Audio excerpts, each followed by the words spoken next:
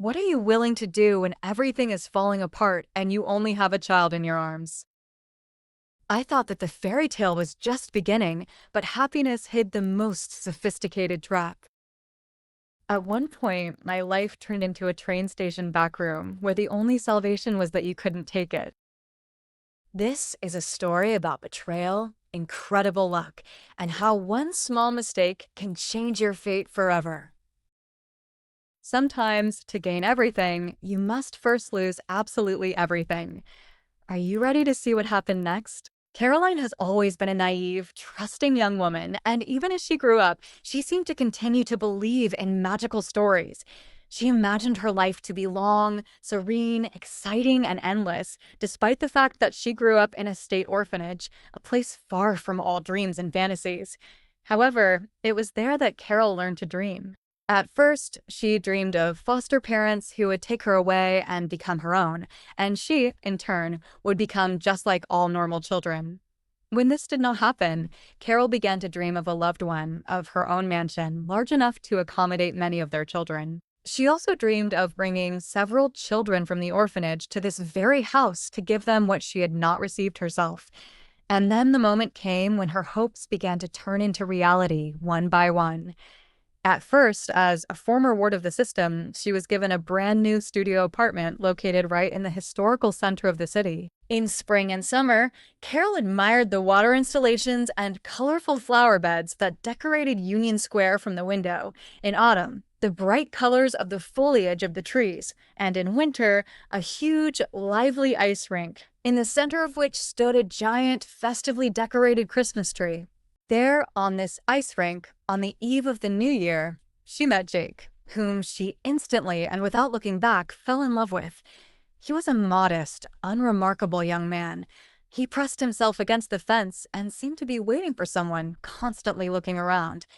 Caroline, driving past him, almost collided with a girl and sprawled flat on the ice right at Jake's feet. He immediately rushed to her and helped her up. He asked her kindly if she was hurt. Carol smiled, rubbing her elbow, and said she had hurt herself just a little, thanking him for his help, and asked why he wasn't riding and if he was waiting for someone. She had been watching the guy for a long time and even managed to assume that he had come on a date, and his companion was delayed for some reason. But Jake had dispelled her suspicions. He replied that he was waiting for a customer, rubbing his frozen palms. He explained that he had been standing here for 3 hours, but the man still did not appear and, it seemed, would not show up. At the same time, they agreed on the phone, and he solemnly promised to come. Jake complained for a long time about how dishonest this man turned out to be, forcing him to freeze at a temperature of 5 degrees Fahrenheit in a thin trench coat and without gloves. Carol asked what he was selling.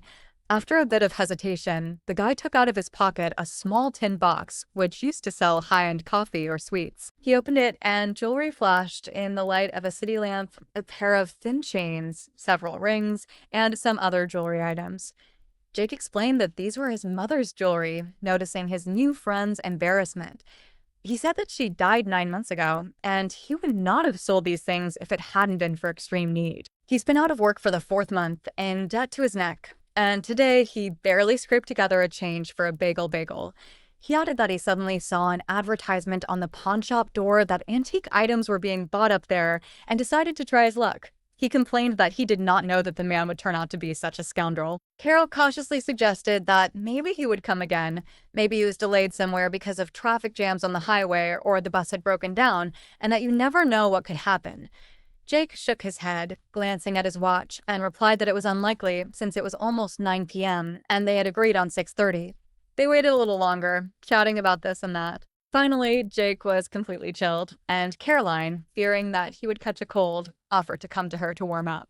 She pointed to her apartment building, which towered over a small community garden, and Jake, after a moment's thought, accepted her offer. Sitting in the kitchen near the warm radiator and sipping fragrant hot cider, the guy said that he had to drop out of medical school in order to take care of his sick mother. He sighed sadly, saying that now that she was gone, he seemed to have nothing else to do. He added that he had no family, no friends, and nowhere to go. His studio apartment is small, and even that needs renovation, and he doesn't know what funds to use to do it. It would be great to find some kind of job, even the most insignificant one. Carol suddenly remembered and said that they needed a cleaner at their food processing plant. She warned him that the work was dirty, of course, leftover meat and all that, but the pay was very good and she offered him a try. Jake protested, saying that he was grateful for the offer, but somehow he would manage on his own, and added that he was terrified of blood. He hesitated, then opened his jewelry box again and took out a small brooch in the shape of a hummingbird, decorated with some kind of bluish stone, similar to turquoise. Jake handed the jewelry to the girl and said that it was for her, and that, in his opinion, the brooch was very suitable for the color of her eyes. He said that he was about 10 years old when he and his mother first went to the coast of California, and he found this brooch in the sand, and that he always believed that it brings good luck. Carol refused the gift for a long time, but eventually gave in and pinned the hummingbird directly to her cozy home cardigan. She would always remember this winter evening. It seemed to her that it was with him that her new, happy life began, which was very similar to a fairy tale. They got married 6 months later, at the very beginning of July. The wedding was held modestly, without unnecessary guests, in a small bistro on the outskirts of the city. Then there was the honeymoon. The newlyweds spent it outside the city at the Oak Ridge tourist base, where they spent their days canoeing on a small pond, lying on a grassy bank, and enjoying the silence and cloudless sky. Jake had found a job by then, getting a job as a personal chauffeur for some major investor or just an influential lawyer. All in all, things were looking up for him, and Carol was genuinely happy for him. And soon Fortune smiled on Caroline and presented her with another gift. She became pregnant and gave birth to a daughter, whom they named Emily together. "Oh, it would be great if we settled on a ranch," Jake once suggested when the whole family went to relax on their favorite bluegrass lake. He added that they could purchase a plot of land, build their own house, and even farm. Caroline agreed that it sounded great, but immediately shook her head and smiled sadly, asking where to get the funds for it. She admitted that Jake had started to earn a lot, but not astronomically much, to buy land, and she herself was on parental leave and was a heavy burden for him. Jake waved him off, asking what kind of burden he was talking about since it was his direct responsibility to provide for his family, and wasn't that the meaning of a man's life? He assured me about the house that something could be worked out since his boss, Mr. Sterling, was well versed in these matters. Jake said that he had talked to him once, and he had given good advice. Jake paused for a moment, fueling his wife's interest in the sequel. Caroline impatiently tugged at his sleeve, demanding to know what his boss had advised. And here's the answer. Jake got up from the sunbed and sat down on the sand, armed with a wand, which he began to draw some kind of diagram. He explained that she had an apartment, and they could sell it through one trusted real estate agent for very good money, and that would solve half the problem. He noted that her apartment is located in a prestigious area, and she will be ripped off at a price higher than the market. He asked Caroline how much she thought she could cost. Caroline shrugged her shoulders, uncertainly suggesting $500,000? Jake laughed out loud, and his laughter echoed throughout the lake. He exclaimed that it was ridiculous and asked if she wanted 7 or even 10 million. He explained that this was a new condominium near West End Park, within walking distance of a children's center, a high school, and a hospital, and people would give anything for such housing. And if you redevelop it, you can split it into 2 bedrooms, and then it will be a completely different conversation. Caroline hesitantly protested that she was a little afraid anyway, as she was really looking forward to this apartment. She mentioned that her 2 friends were still crammed into tiny student studios, and she was just lucky. She expressed concern that they might be deceived. Jake reproachfully called her a dark head and asked who would deceive her, assuring her that the scheme was as pure as a baby's tear. He said that now it's strict with this, but they used to cheat all the time. He promised that they would hire a trusted person, and he would arrange everything as it should be, and asked her opinion. Cheerful children's laughter came from the side. A large family, consisting of spouses and 3 children, was vacationing next door, feeding cabbage leaves to deer that had wandered into the lake. Caroline looked at them and smiled, thinking how great it would be to have some kind of wildlife and go out into the garden every morning where the cherries were quietly rustling and listen to the chirping of birds that had flown in from the forest. She replied that she agreed and offered to act. Jake exhaled in relief and rubbed his palms, which were trembling with tension. "That's how he deceived me," Caroline bitterly summed up her story, lowering her tear-stained face. Now she has no apartment, no money, and nowhere to go. She was sitting in the cramped back room of the train station, drinking cold tea offered by Dorothy May, a kind-hearted elderly maid. The woman, sitting on the other side of the shabby table, listened attentively to her story and frowned. She asked if Caroline had contacted the police station.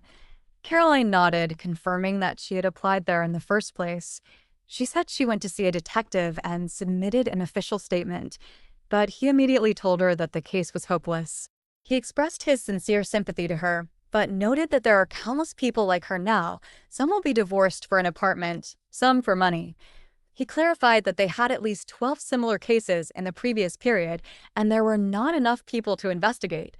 Therefore, he advised her not to hope for a quick result. Caroline asked him how it was, because she was deceived not by someone else, but by her husband, with whom they lived together for 26 months, and they have a child. The detective replied that it might matter to her, but not to this scoundrel she lived with. He added that he may have dozens more like her, and that he may have already disappeared from the state, relaxing on the shores of Miami and sipping daiquiris. That's how their conversation ended. Caroline wiped her tears with the sleeve of her jacket and looked out the dirty window, through which a slanting autumn rain was drizzling. The leaves from the trees had long since flown off, and the bare branches crisscrossed the gray sky with black cracks. Suddenly, she remembered her joyless childhood. Every autumn, their yard turned into a lifeless gray wasteland. The maddened wind drove the withered, damp leaves along it and stuck them to the peeling, rusty swings and slides. Young Caroline sat on the scuffed windowsill and was sad, remembering the summer gone by and the warm sun hidden behind shaggy, uneven clouds until spring. Dorothy May said with a grimace that her daughter's husband turned out to be the same. As soon as he found out that his almost blind daughter was born, he immediately ran away in an unknown direction, and then her Nastenka was gone. She had a nervous cardiac arrest in her early 30s. Now she is raising her granddaughter alone. She has nowhere to go. Doctors say that it is possible to restore vision, but this requires funds, and no one will perform surgery just like that. Dorothy May called it trouble. Caroline nodded sympathetically and patted the maid's wrinkled hand. Touched, she got up and went to the locker where her outerwear was kept. Dorothy May turned around and said that Caroline couldn't stay here. It's not allowed. The train station will close soon, and the guard will escort all outsiders. She would be happy to leave it here, but who knows, maybe someone will look in here. She said there was a budget motel nearby, and Caroline could get a room there and spend the night. Caroline objected that she had no money. There was only a small change left, which would only be enough for food. Dorothy May handed her a heavy premium leather wallet. Caroline, mechanically reaching out her hand, suddenly pulled it back. The maid said, persistently trying to hand over the wallet, that she had found it on the floor under a chair. She assumed that some wealthy guy had dropped it. She asked Caroline not to think anything wrong, adding that she would take it to the cashier, as it usually happens in such cases, because you never know, they can go missing. But since it's like this, she needs to take it and not turn up her nose, because she's not in a position to be noble. Dorothy May said that you won't get enough of nobility, and you won't be covered from the rain. She said that there were $7,000 inside, and that would be enough, maybe even to rent an apartment for the first time. She insisted that Caroline take the money. Caroline still didn't dare touch the purse and just looked hungrily at him, then at Dorothy May. She whispered, licking her dry lips, what would happen to Dorothy May herself, and asked if she would take the money for her granddaughter. The elderly maid chuckled, saying that it would be more than that for her granddaughter, and that they would somehow manage and come up with something. Caroline, yielding to persuasion, carefully took the wallet and put it in her pocket, thanking Dorothy May and promising not to forget her. Dorothy May nodded, saying, "Go with God, it's getting dark," and advised her to be careful. Caroline hugged her tightly, kissed her weather-beaten, rough cheek, and wheeled Emily's still-sleeping stroller out of the back room. Despite the temptation gnawing at her from the inside, Caroline couldn't spend the money in her premium wallet. She paid for a room at a budget motel with her leftovers, which were enough for 2 nights. Locking herself in a small room, she arranged her daughter on the bed, settled herself in an armchair, and took out the purse from her bag. Inside, in addition to the money, there was a photograph of a young woman with a bouquet of flowers in her hands, as well as a couple of plastic business cards. Civil defense attorney Andrew J. Harper read the gold embossed inscription on one of them. Below were the mobile phone number, personal website address, and social media accounts. Caroline pulled her smartphone out of her purse, dialed the lawyer's number, and suddenly froze in indecision. What if he thinks she stole his wallet? A frightening thought flashed through my mind. Then she'd be sent to prison, and Emily would be sent to an orphanage. And Dorothy May again. God, what should I do? Caroline turned the phone over in her hands for a long time and accidentally pressed her finger on the green call icon. There were long, anxious beeps, which she listened to with bated breath, fighting the urge to end the call and throw the phone away. Finally, the beeps were replaced by a pleasant low voice. Andrew asked who it was. Caroline was panting with excitement. My thoughts were spinning like birds startled by a gunshot. She apologized, explaining that she had found his wallet and was calling. She corrected herself, saying that she had not found it, but it had come to her, and she thought it would be more correct.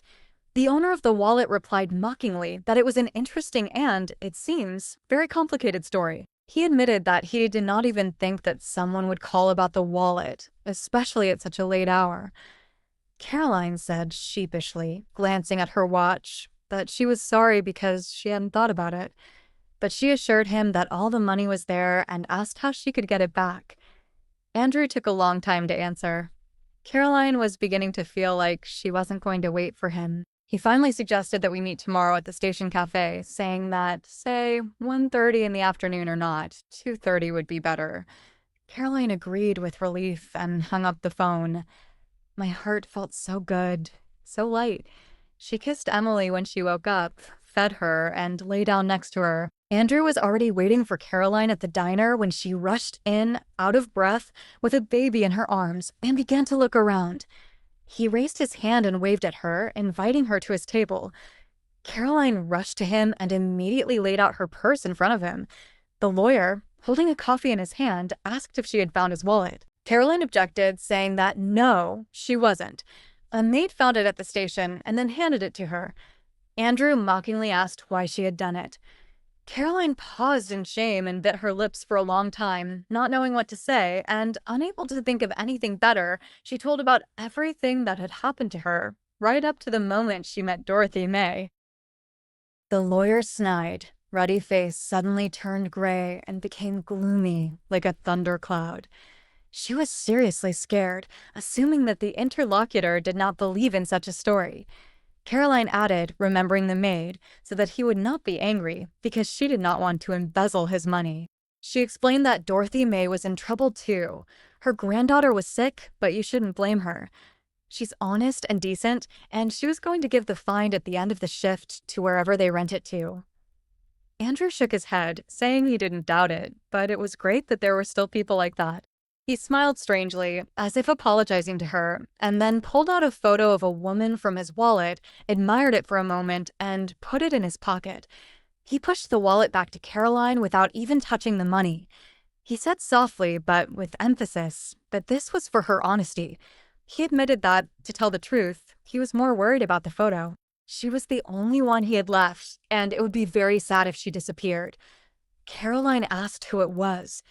Andrew smiled sadly and replied that this was his wife, who had died of leukemia 3 years ago. He said that she really disliked being photographed, considering herself unphotogenic. Caroline noticed that she was very beautiful. She asked if they had any children. Andrew shook his head, saying it didn't work out, even though they really wanted to. He said that we wouldn't talk about sad things, and asked what she said the detective's name was. Caroline looked at the lawyer in surprise. What detective? What is it? She asked. Andrew clarified that it was the one who told her that there was no point in looking for her husband.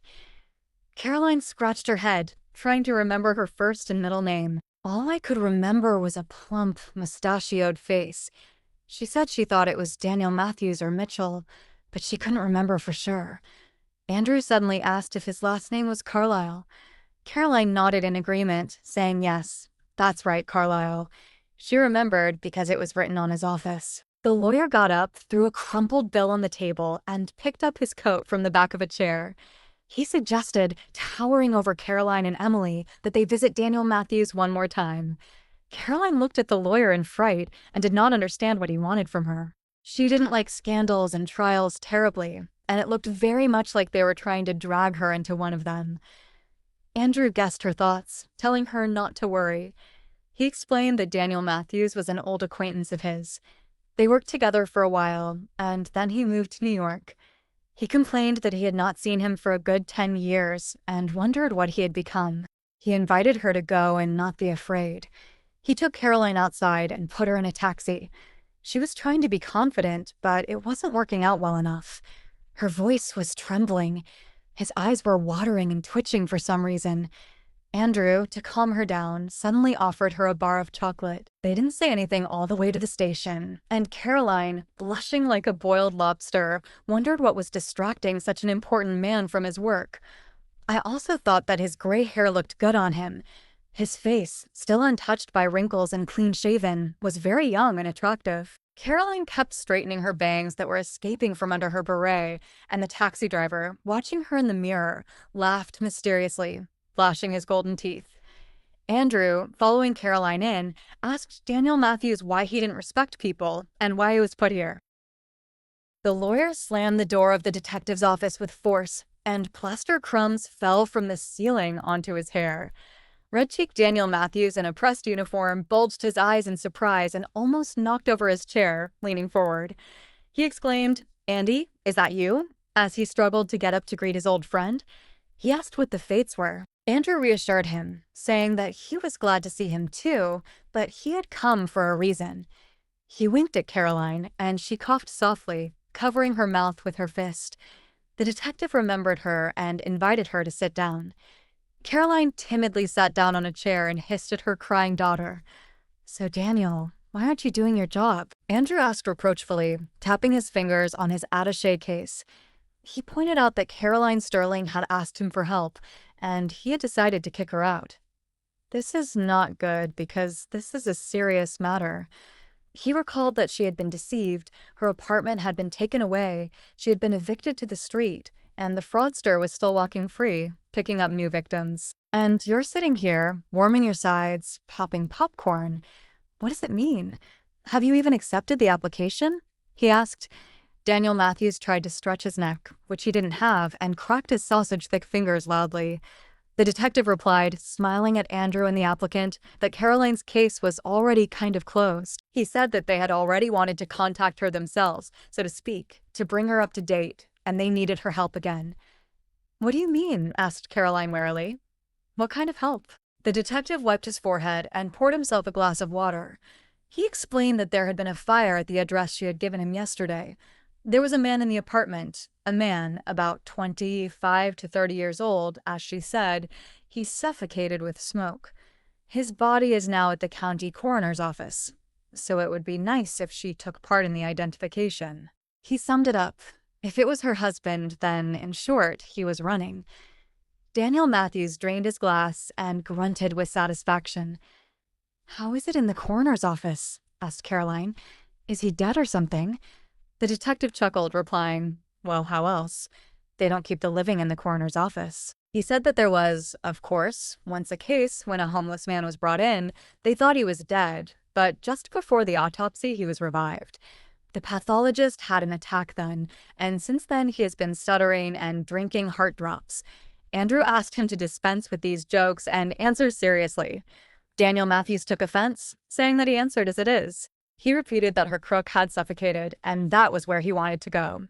By the way, the apartment wasn't really damaged. Some of the furniture burned out, and the windows blistered.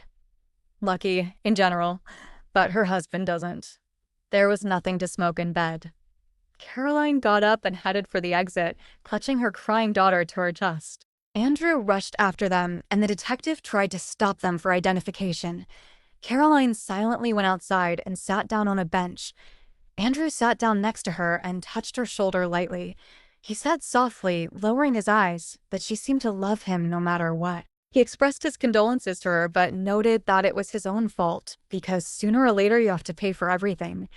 Caroline turned her sad face to him, and Andrew looked into her pale blue eyes like the spring sky. She agreed, saying that she probably loved him, but he had been dead to her ever since he betrayed her. The lawyer suggested that she forgive him, saying that it would be easier that way. Caroline swallowed a burning lump in her throat and smiled. Andrew smiled back, saying that was better, and now he offered to visit this maid of hers, since he still hadn't thanked her enough. They got up and walked slowly along the wet sidewalk, while the wind, cold and furious as a wolf, tore off the last leaves from the trees and threw them after them. "Well, you see how great it turned out," said Dorothy May, who was treating Caroline and Andrew to homemade apple pie in her kitchen. She said if it wasn't for that wallet, would they have gotten married? And her granddaughter can see now, thanks to them. "It's not perfect, of course, but it's better than nothing." She explained that the doctors had regained 40% of their vision, and the rest with glasses. She smiled at her granddaughter, who was busy in the hallway with little Emily, and they both waved back. Andrew nodded, saying that she looked good with glasses, by the way. He added that they generally look good on women, especially beautiful ones. Dorothy May laughed, saying that good men look good on women, and everything else is tinsel. Andrew agreed, saying he couldn't argue, and added that it sounded like a toast, by the way. He asked where her homemade apple liqueur was. Dorothy May filled the glasses with her signature drink, and the three of them held them up. Dorothy May, clinking glasses with her husband and wife, said, "Well, so that there would be more pleasant coincidences in life." Caroline added, "And there are more good people than bad people." "There's nothing to add," Andrew finished.